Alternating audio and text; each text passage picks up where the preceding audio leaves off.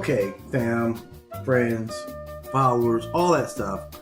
I'm back now with today's, MythLab.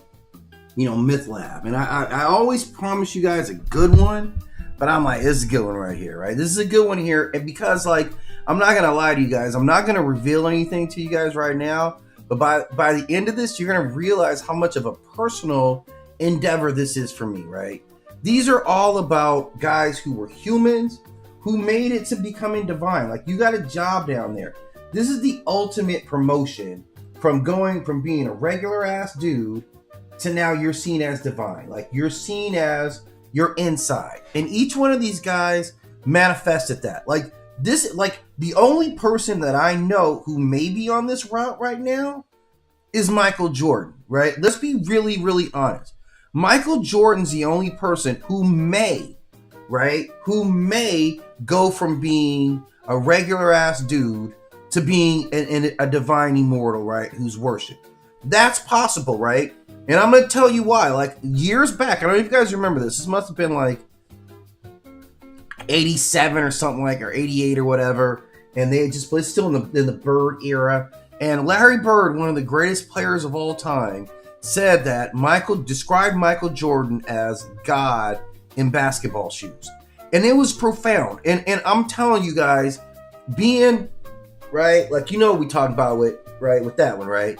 I was there while we watched the Jordan ascension, right? I was watching NBA before Jordan had won any titles. So I remember the kaboom of Michael Jordan, and to be at this age as an adult, and his cachet, his fame has never diminished, right? So I'm saying that this has happened in history before, right? Wow, really? We gonna really go on some basketball talk? Okay, we gonna talk about it though. We're talking about his godhood and the ascension of godhood, but right? All right, go cook me in some basketball. Okay, homie, all right, we'll go. Okay, I'm with it though. But this is how we're talking about how Michael Jordan got into it, right? Like, we watch him boom in the stratosphere, and we referred about that. And what we see, kind of worship, right?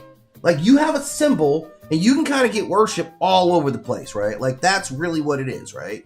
So this is kind of what we're talking about. And Michael Jordan has it, and all these guys had this. So we're talking about Enoch here, we're talking about Guan Yu, and we're talking about the homie Imhotep, right?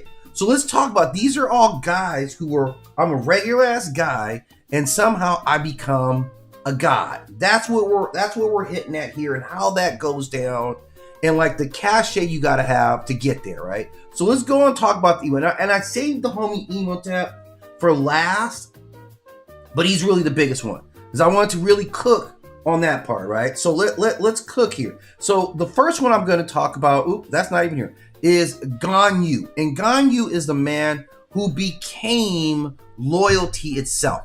That's his name. He's not called the dude who was loyal. He's not called any of that. He's called the man who became loyalty. Now, this guy appears, this is late, Han Dynasty, Three Kingdoms period. This is 220. So this is more than 2,000 years ago. He was a general. He was considered to be a saint. He became the god of royal loyalty and righteousness, and the protector of brotherhood, justice, and oaths. So he's a rare figure who got elevated. He got elevated for just being absolutely righteous. He was that dude. For anyone, he is that dude, right? He is absolutely that dude on a whole nother level, to where he still gets his love and worship right now. Don't think that he doesn't, right? This is who this guy is. So he's known for loyalty, brotherhood, righteousness, and honor above survival. So he represents not just strength, but this unbreakable loyalty in a world that was, full of betrayal. So he was tight with the king. He was considered to be the king or emperor's best friend during that period, for that period of time. So historically, he served under this Lao Bei as one of the most chaotic periods. Who decided he's a god? Their culture has elevated him to being a god. That, he is literally worshipped, right? Or are you talking about Michael Jordan? I'm not saying Michael Jordan is. I'm simply saying he's the closest that we see to this. But in terms of Guan Yu, the culture 2,000 years later, he has been elevated to godhood, right? And I'm going to break it down, like how he gets there. So because he's known for never switching sides. He gets elevated. He's known for never switching sides. He famously swore his brotherhood, right, in this Peach Garden oath, right? This is an oath of loyalty. So his battlefield skills was already well respected, right? And it was his character that people couldn't deny. He was so righteous that even his enemies were like, man, that's a real cool dude. So he went from being just having respect to being mythologized. Like he became myth. He became actually a living legend. So I think you got to be a living legend first, and then you get this transformation. So his transformation is driven by this human belief in a skilled warrior with a reputation for being honorable. Then the story started expanding him. He gets into the romance of the three kingdoms, which is a big, event, like book and literature at that period of time.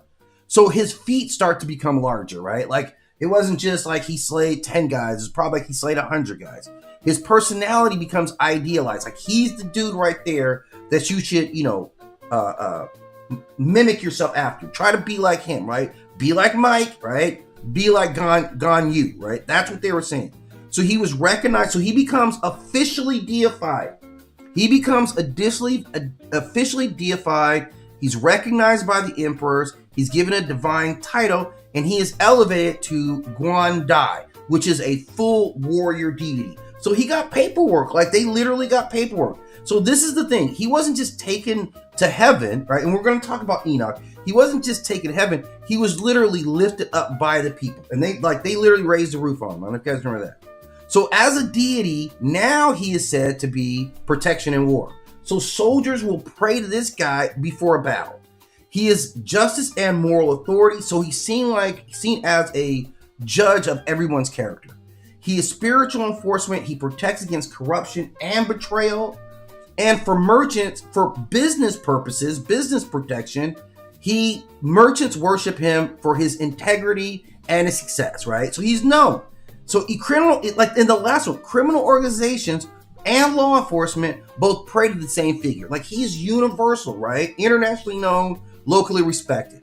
And because he has both sides, he gets loyalty. Both sides value loyalty. Criminal organizations and law enforcement. They all worship being loyal in the game, right? Like where I could trust you. This is when trust means, if I'm in law enforcement, trust means I got to put my life in your hands, man. We go to make an arrest and I tell you guys to cover my back. I got to know that you're going to cover my back. That's where that loyalty, where you like, I know this guy got me, man. I know Jenkins, man. I know this dude. He got my back. That's who he is. He's Jenkins who got your back. And on the loyalty side for the criminal organization, they also need loyalty, right? Like loyalty that we're down for this mission. We're going to make it happen. We're going to stick together. You're not going to snitch. So just being a straight up guy is what got him there. So he is actually nonsensically has a massive cultural worship presence right now. So he has statues in temples, at police stations, at businesses, at homes. And he's worshipped across Taoism, Buddhism, Chinese folklore, and seen as a war god, a protector, and the symbol of trust. Like this is that dude in many ways. So in many shops, he's placed facing the door so he can watch who's coming in the business, and he can give you like judgment of them as they're coming in, right? So that's 100% who he is. So this is a guy who represents like what loyalty means when it's easier to betray you. So he didn't win every time. He didn't survive every single conflict. He did die. He wasn't perfect, but he was the most consistent. Like I can bank on this guy. I believe he starts off as a warrior and then elevates to become a general. At some point, they do link him to having like a kingdom of his own. But I think when all that, so he was a warlord who becomes really dominant and then gives his allegiance to the emperor, to the royal family. That's where, so he kind of gives up his own lordship and gives it up to be, to give it to the royal family. So that's how he becomes honored by the royal family. In modern times, like this guy is also big and he's out there. He's in video games like Dynasty of Warriors. And if you look at like a lot of Chinese cultures, you'll see him appear in like film and TV adaptations. Sometimes just like a representation of him in the background, but he's always going to be wearing green, right? He's always going to be locked up in green. He's always going to have, or most of the time, he's going to have his spear there with him. So you can kind of recognize his iconography by looking at him. He's still used. Like, none of this stuff has gone away. He literally didn't become a god because he was the strongest man in China. He became a god because in a world of betrayal where you had to watch everybody, this was the one guy you could count on, man. Like, you could put that check. If he said he's got your back, you didn't have to go back and question it. Now, if he didn't say he's got your back, that's a whole different thing. But when he said he got your back, man, he was all about that business. And he never, ever, ever backed off. And that's why the people chose to lift him up and to put him in that framework, man. This wasn't even like, the gods and stuff like that. I mean, this is the people doing this. And it's the people who are still like carrying him, in popularity now. And that's the thing. When you have one of the oldest continuous cultures in the world, or maybe the longest continuous culture in the world, you get to carry myths of people for 2,000 years, 2,500 years. And that's what they've been doing with this cat here. I'd say at least 2,000 years from my math. Like, they've been like pumping this guy up as being that dude, right? So powerful stuff, right? And then we got another one. And this guy, like, you guys are going to know this guy right here because he's got a couple of names and he's very powerfully important, right? Let's get to him here. It's this dude right here who we call Enoch, right? Now, Enoch, you may also know, becomes Metatron, right? He becomes like the number 2 guy up in heaven. After all these years, he becomes Dose, right? So his name, Enoch, which is, an ancient like Hebrew name, literally means dedicated. That tells you all about it. This cat is dedicated to what he's doing. Your name says dedication, right? And this comes from he comes all the way back from ancient Hebrew, Abrahamic traditions. This is the antediluvian period. So this is before the flood. He has many titles, and his titles are good. His titles are even better than his airness, right? He's better than his airness, which is like, what I'm saying? It's better than Mamba. Let's listen to his titles, right? 7th from Adam, Walker with God. That's powerful. The Taken One, and later he is Metatron, the Heavenly Scribe. He's one of the most mysterious figures in all religious history. Like, there's whole books dedicated to Enoch's writing and Enoch's life because he was so down. He understood everything so well that God was like, why don't you just come down? Why don't you just work down here? You know the product better than anybody else. Why don't you just come on and work down? So he didn't die. Enoch didn't have to die. I don't know what the death process would have been when he was looking at, but he didn't have to do that. God was basically like, you don't even have to die. Just come on, man. Let's just go right now. And so he went and ascended up to heaven. And then he has access to everything.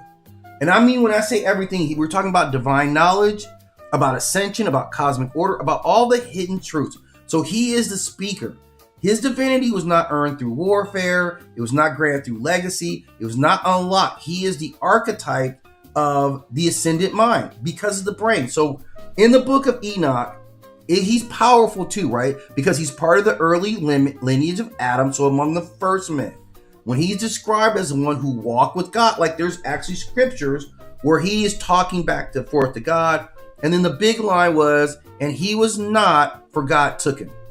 He was not, for God took him. So he didn't exist anymore because God took him. That's why. God got him. God got involved. God is gangster. Like, God put a personal stamp on this man's life and was like, you know what, Enoch, I really been looking for somebody here to run the point, right? When I go to the bench, like, God's like, I need some time. I need somebody who understands the offense well enough to run everything and keep it all going. And that's Enoch. He doesn't have an ego. He doesn't want to be better than the number 2 spot on the team, right? Jordan had Scottie Pippen. This is what he is. This is God's Pippen. This is God's Pip, right? The 1-2 combo where you're going to back me up. You're going to defend the guy's toughest perimeter player every night. And then when I go to the bench, you're going to make sure that offense flows. That's what his role was. So we give him that. So unlike Guan Yu, his story doesn't grow through public worship. His stuff is all hidden text. Like, you have to be looking for Enoch, right? There's plenty of books out there, all the apocryphal literature that's out there, but it's never about him. It's about all the things that were going around him and what he understood. Like, it's him telling all of us, like, this is what's going on up here, right? So I have a couple of books on Enoch, And I'm telling you, the Enoch literature, the Enoch mythology, it's deep. Because what we start to get from him is that, oh, he understands how the cosmos works. He understands, like, he looked behind the curtain, he's like, oh, that's a P6 engine you got going, that thing, right? Where did Enoch live? I'm going to assume now Enoch comes, all right, obviously this is ancient to the Abrahamic belief system. So this is going to be in the Middle East. This is going to be the area where this actually survived. This is the oldest of Abrahamic belief systems. So I'm not sure if they ever mentioned what city he lives in. I don't know if he's attached to a city, but I'm going to assume it's during that Middle Eastern region of the world that was the foundation for that culture, like where they existed. So I'm not sure where he lived. Maybe I've seen it, but it may have never stood out to me. But we know what he is. Like, he doesn't just visit heaven. He becomes a part of the structure. He ascends as Metatron. He's associated with divine knowledge, understanding of the universe, right? He's associated with sacred geometry. So his power isn't physical. It's informational. I was kind of seeing him as like Thoth, right? That's how I always kind of looked at him. In fact, I kind of compare him in intelligence to Thoth in another triad because it's that sacred knowledge. What was that movie, man? There's a movie where Kevin Smith's movie, man.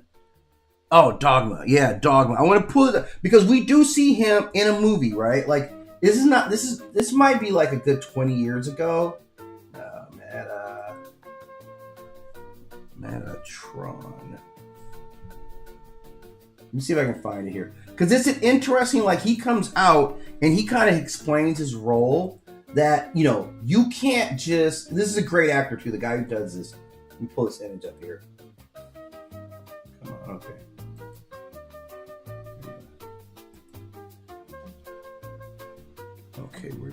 Okay. Let's see if it'll show up here. Oh, I hate you guys. I really, really do. We just want to talk about the movie and stuff like that. Can I get an image that works for us here? Because this was important. Like, if you saw this film, is this Alan Rickman? This may be Rickman here, right? Let me see. I may never be able to get this. Okay, there it is. So this is Alan Rickman. This guy, and this is the Kevin Smith flick, Dogma. And this is what Metatron was used for. He was the guy who would go around and, spread the message. You couldn't talk to God. Let me see if I can find it. I'm just going to go and just do a quick search. Where was it? Oh, I'm sorry, guys. Give me 1 second. Where did Enoch live? Like, what geographic area was he bound to? Do we know that? Is it written of? And this is important because this guy comes back and it's like you can't hear the word of God because your head would explode. Like, we remember that part if you watch Dogma. And I don't know how accurate, Dogma is to Christian literature, or should I say Catholic literature, but he is talked about. So he comes down and he puts her on her mission. You're right. He's from Babylon. Let's see. Book of Genesis. I mean, he was Adam's lineage, his 7th generation from Adam. So, yeah, I would guess you're right. Like, what I get is ancient, Near East, Mesopotamia. So that sounds all right. Like, that's per that period of time. So I think we're both kind of hitting on the same thing, right? But the Book of Enoch has all, like, if you want to go into the Enoch literature, this is where you're going to learn everything about, like, the fallen angels. Like, he's the one who mainly documented that stuff, right? So we do know this guy in that regard. He's kind of minimal in like mainstream religious texts, but when all the apocryphal writing, all the mysticism, all the esoteric traditions, he's heavily influenced upon angel, like the angelology, like the understanding of angels, all goes from him because he's at the top of the choir of angels now. Imagine that, man. This is the ultimate. I went from ashy to classy, right? I was down here as a regular guy, sure, I was smart, but now you're at the top of the choir of angels. And if you go into like the Kabbalistic teachings, reading the Kabbalah, you're going to hear a lot of his teaching there. You're going to hear him, like I said, in discussions of the fallen angels, as well as like anything pre-flood and any like hidden history. So he's not widely worshipped, but he is deeply, deeply studied. And I have books, about Enoch. So when you're messing with Enoch, you're really on a quest to try to get some knowledge up in you. That's really what's going on, right? Is that you want to get knowledge, and that's what he represents. So in reality, like the idea that reality has a structure, Similar to what Thoth says, right? The reality has a structure and that possible for humans to become more than what they are today. So his presence, like I said, is not like most people aren't talking about Enoch. You won't really see him like Kevin Smith putting him in a movie was the most profound thing that I've ever seen. I'm just going to look it up and see if there's anything else. Obviously Kevin Smith put him in a movie. Is there any other more recent kind of representations of Enoch? Because I'm kind of guessing that there's not.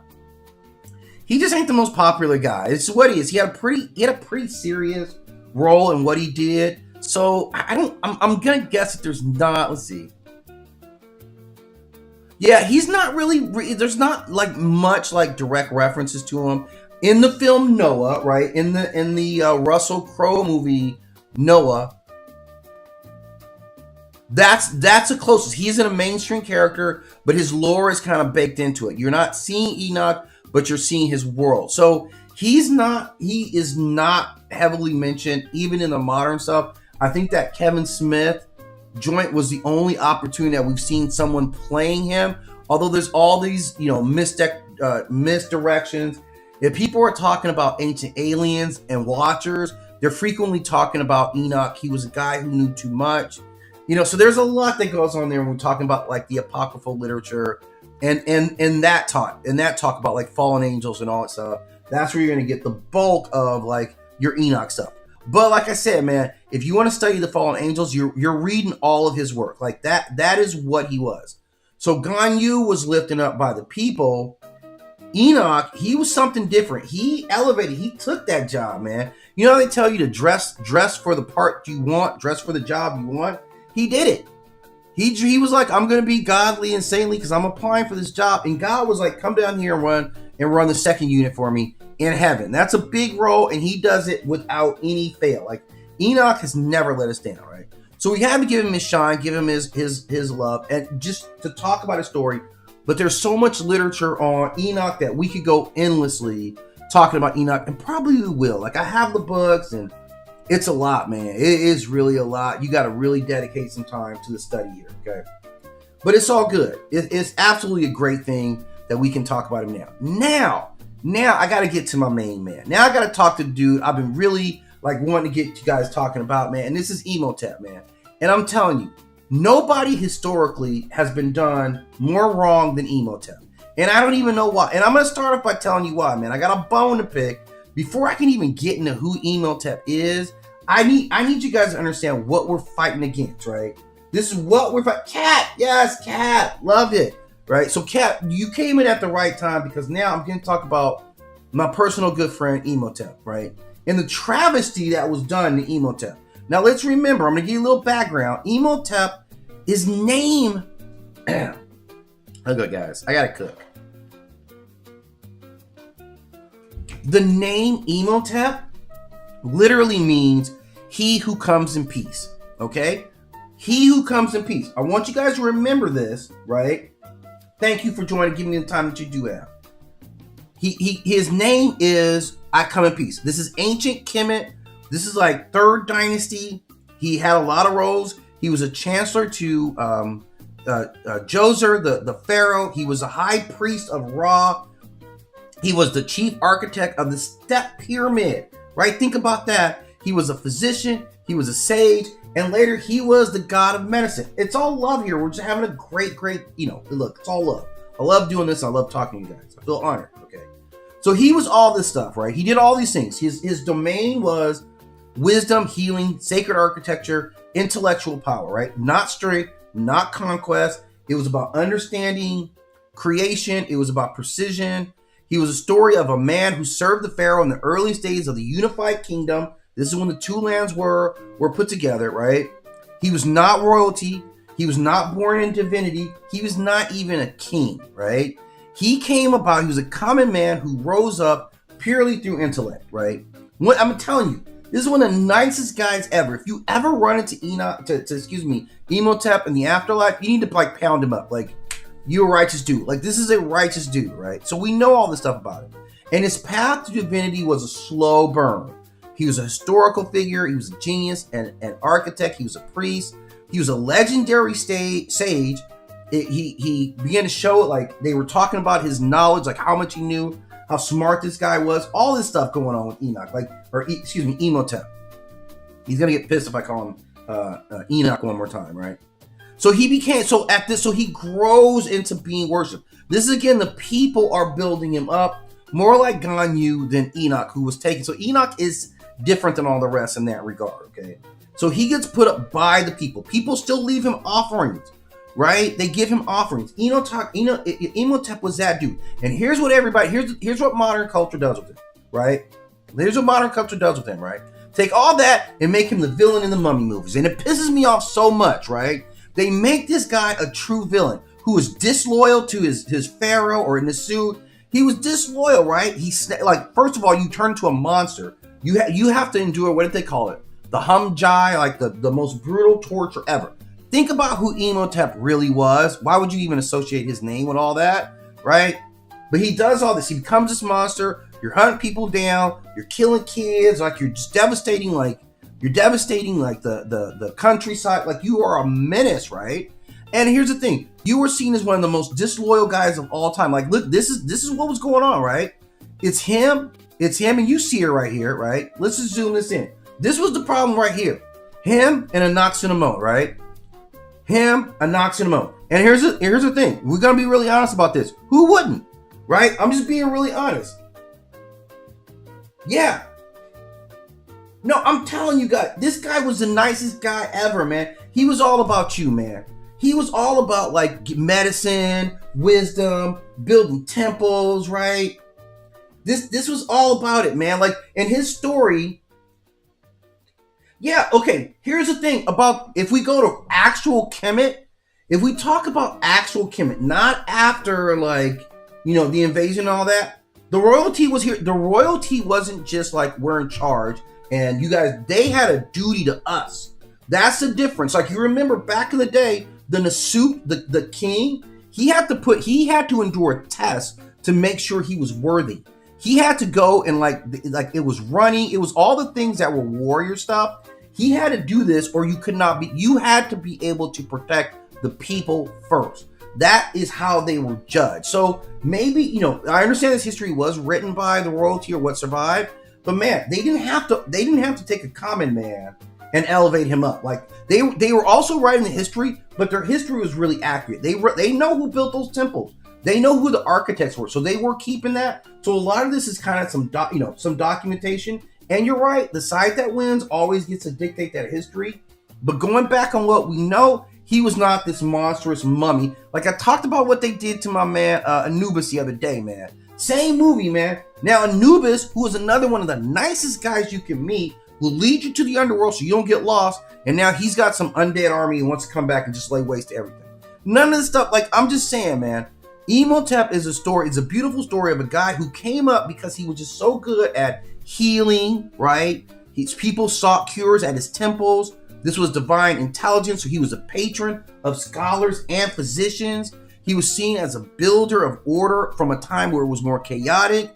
He was a mediator, so he was a bridge between human understanding and divine truth. He was all that. So he wasn't flashy. He wasn't that dude, right? He just executed very well, right? This guy just ran the play every single time. This is like, he's like John Stockton on the pick and roll, right? I'm not flashy, but I'm executing that pick and roll every single time, and I provide solid defensive pressure on the other end of it, right? So he was a balanced guy. People slept in his temples. He is later identified with Asclepius, right? Like the Greek god Asclepius. They're the same. They're basically doing the same thing. We don't put Asclepius in movies where you're like a demon and trying to steal the king's woman. Like, we don't do any of that. And like I said, look, Mr. Pharaoh, maybe you don't have her around, man. I'm just saying, I saw Enoch and I'm like, it is what it is now, right?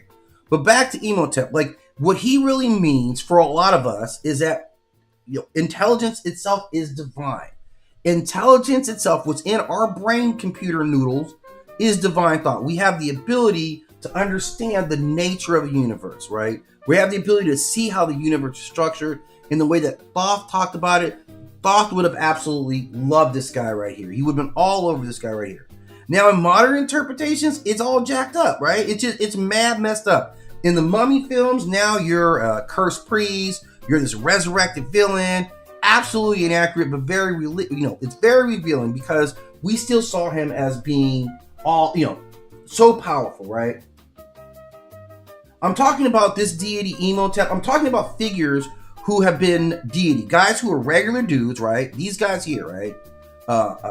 Enoch, who was taken by the Lord or taken by God and became Metatron. Guan Yu in Chinese culture, who became elevated by the people until he ascended to godhood. And then, of course, my most righteous homie, Imhotep, who becomes, in their literature, becomes a man who becomes worshipped as a god of healing. So these are all about regular guys like us, right? Undrafted picks, like that guy that went undrafted, maybe didn't get drafted in the second round. Like, these are all Kurt Warners, right? Thank you, Chicken, for coming in. Like, definitely appreciate it. Anytime you give us, it's always appreciated. Make sure you come back. I'm glad you enjoyed the live. So yeah, that's all good stuff for me, right? So these are the guys. These are the triads of guys who were regular guys like me or you, and became divine. A lot of it through like character, right? That's the lesson that we learned from Guan Yu. It was character, it was loyalty, it was always doing the right thing, knowing that you could be counted on to be a solid guy at a time of chaos. For Imhotep, it was helping people, building pyramids, right? He designed some of the first pyramids, and I think they may even say that he designed like 3 different pyramids, right? I think he had 3 pyramids to his credit, which is a lot for anybody. I don't even have one, right? I'm still working on getting my first one in. Maybe it's going to go down soon. I'm not sure yet. But this is what we get, like, be regular, be smart, be loyal. And with Metatron, Enoch, he documented everything. He was smart enough to see all the patterns of the world. So he documented, he was the main guy. And once you start to tap into divine knowledge, the system elevates you, right? The system, God immediately looked at him and said, man, I got to really do something. I'm not getting enough out of this guy. He can really handle some load here, right? Like, I don't know, man. To me, he's like having, a second backup unit. Not as good as the first, but you need that because one is so close to none, and even God needs a day off. And when he calls in sick, he's like, all right, don't worry about it. Imhotep can come in and run the offense right for us. And I don't mean like how Vince Evans used to run the Raiders when somebody got hurt, right? I mean like a real certified. It was like this. It was like when the Niners had Joe Montana, and then you had Steve Young on the bench, right? And we're just waiting for him to take over. And it happened, right? But you had one who wasn't quite done, right? Joe Montana wasn't done. It was a tough decision for management. And thank you, Joe Montana, for torturing us every time after in Kansas City for letting us know that you weren't done.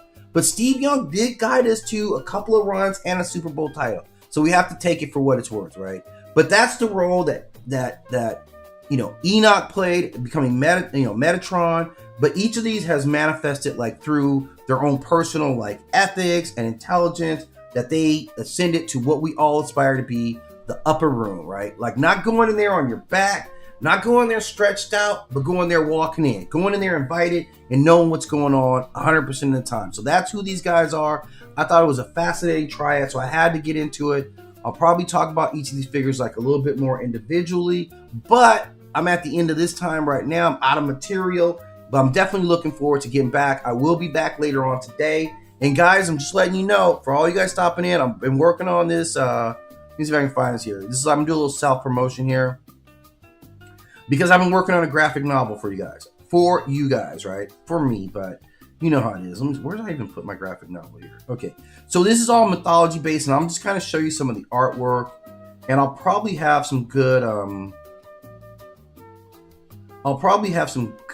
good finished version for you guys, at least like a mini comic book. Maybe in the next like week or so, I'll probably release like it's just short, like maybe a 12 pager or something like that. So this is kind of our, that's Hathor, by the way. Like Hathor's coming back to Earth. And I know she's looking great, right? So this is what the story is about. So I'm kind of working on all this mythology we've been talking about but I'll keep you guys posted. If you follow me on my socials, you'll start to see the artwork coming up. So it's on the gram, and I'll start getting some of the stuff up here, but that's for later. For now, I'm going to wrap this up. I am going to grab a little bite to eat. Looking forward to that. And then I'll be back. Looking forward to connecting with you guys later on the next MythLab, which is going to go down later today. So I'm gonna bid you guys a farewell. First to TikTok, into TikTok, because I always like to save YouTube for last, because you guys are way better than TikTok. I ain't gonna lie, man. I'm just gonna be really honest with you. You guys are way better than the TikTok audience.